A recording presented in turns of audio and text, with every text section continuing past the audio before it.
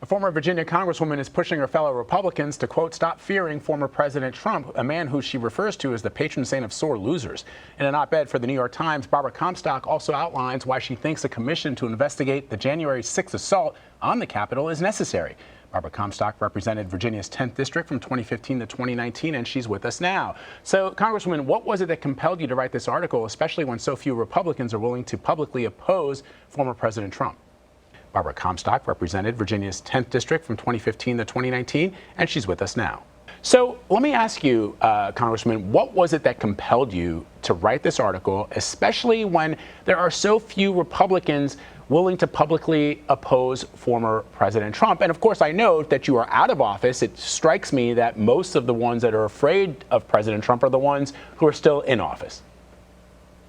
But, you know, Vlad, we should point out that, you know, the Congresswoman was very critical of President Trump while he was in office as well. No, so I just want to sort of point that out. You weren't holding your tongue then either. No, I understand, but I'm talking about people in office today in the Republican Party, not the president. Sure.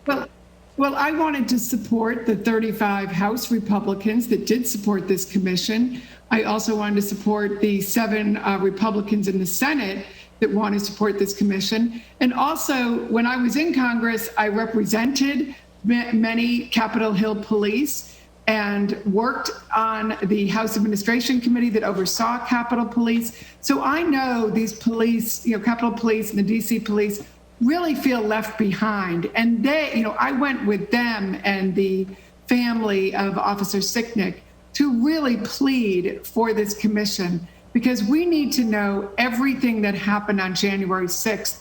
And it's particularly important because Donald Trump is not letting go of November 3rd. They've started this whole movement now. Steve Bannon and Mike Flynn, they're calling it the November 3rd movement, claiming, you know, if you don't subscribe to that this was a stolen election and all of these conspiracy theories, QAnon type things, that you're going to be wiped out of the party. This is very dangerous, and I'm very concerned that if we don't do this extensive investigation, something like January 6th could happen again.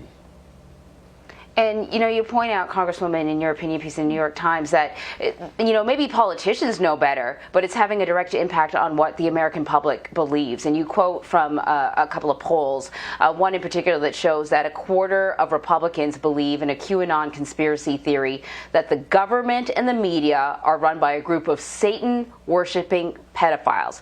Not just Republicans, though.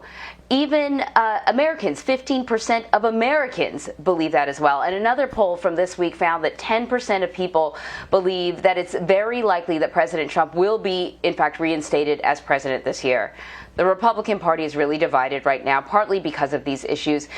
You know, why? How do you think we got here? What does the future of the Republican Party look like?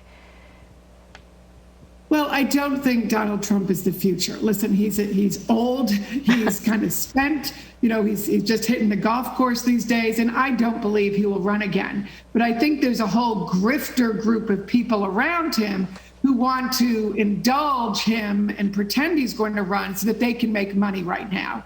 These are the people who are going to try and be involved in primaries where they support these weak candidates. And in fact, you had this week, Josh Kraushaar, I believe, did an article saying how many Republicans, of course they're unnamed, are concerned about the weak candidates that Trump is now endorsing. People like Ted Budd in North Carolina, who I can tell you will not be a strong statewide candidate. I mean, he's not somebody who was very, you know, had done much in Congress at all. But Mark Meadows, who's still working with the president from North Carolina, wanted to sort of handpick somebody that he wanted to have to kind of show his power.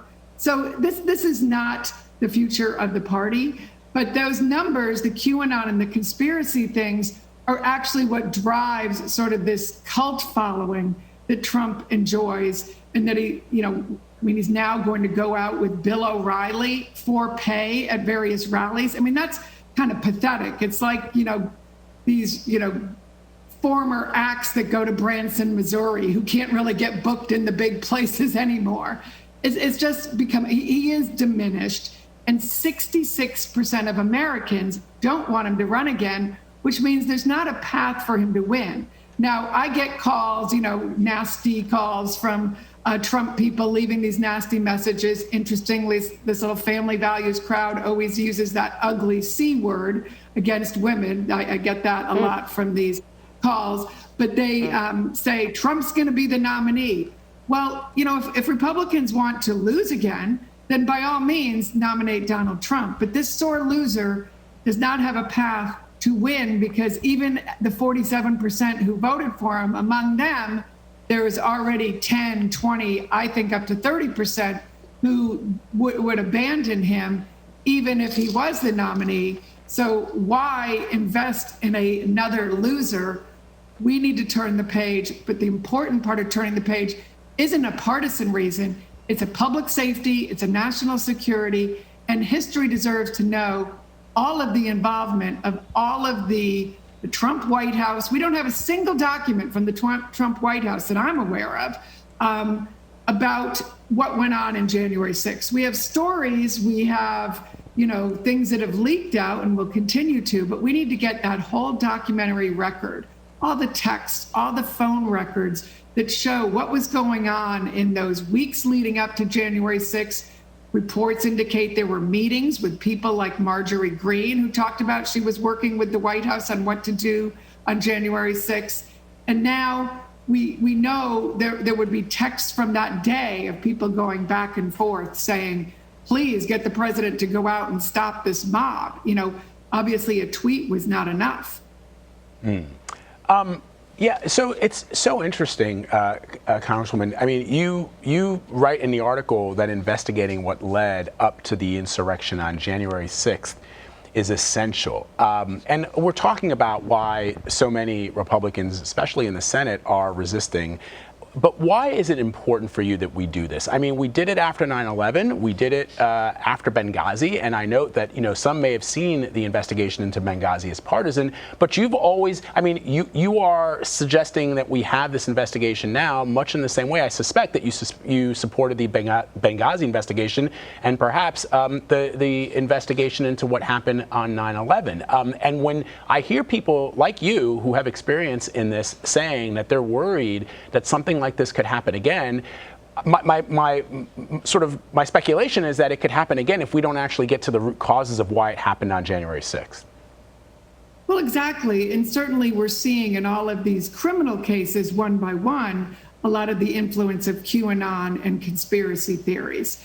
But we need to have a collective review of that. And I did support the 9/11 Commission. Actually, my predecessor was very prominent in doing that. And I had also worked for him when I was a staffer.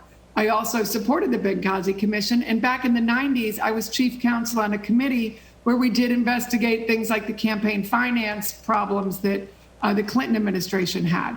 So I know the truth will come out and the facts will come out. Frankly, I am baffled as to why the Democrats didn't, starting on January 7th, start sending out subpoenas just from the standing committees while they were waiting for some type of independent commission to be stood up. There's nothing preventing them, for example, subpoenaing all the records of those who organized that rally on January 6th, subpoenaing, phone records and text records from Donald Trump, from Trump Jr., from Ivanka, from Mark Meadows, from people who were very engaged and involved that day in that event. That can be done today. Should have been done weeks ago. So, that's a failure, frankly, on the part of Nancy Pelosi, that she hasn't, and that the leadership in the House hasn't gone forward with that. So, I think the importance is to get to the truth, and the facts and the documents, and when those records are subpoenaed, will tell the truth regardless of what type of investigative body does it. I think for the public trust, it's better that it's an outside independent commission with former, high-ranking officials. But if not, the committees, the standing committees, can get on it right now so that the American public and history have those records preserved, which is, I lost a dear friend on 9/11.